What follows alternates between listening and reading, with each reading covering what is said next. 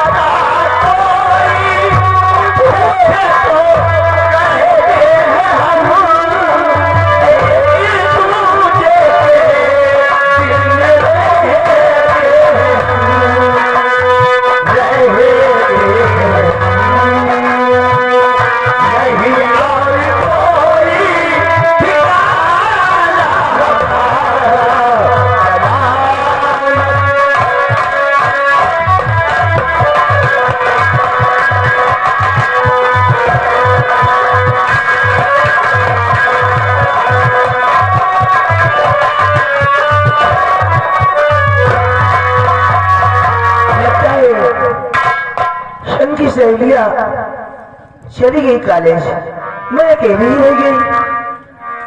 कोई बात नहीं, खेलते कूदते पहुंच जाऊंगा कॉलेज को।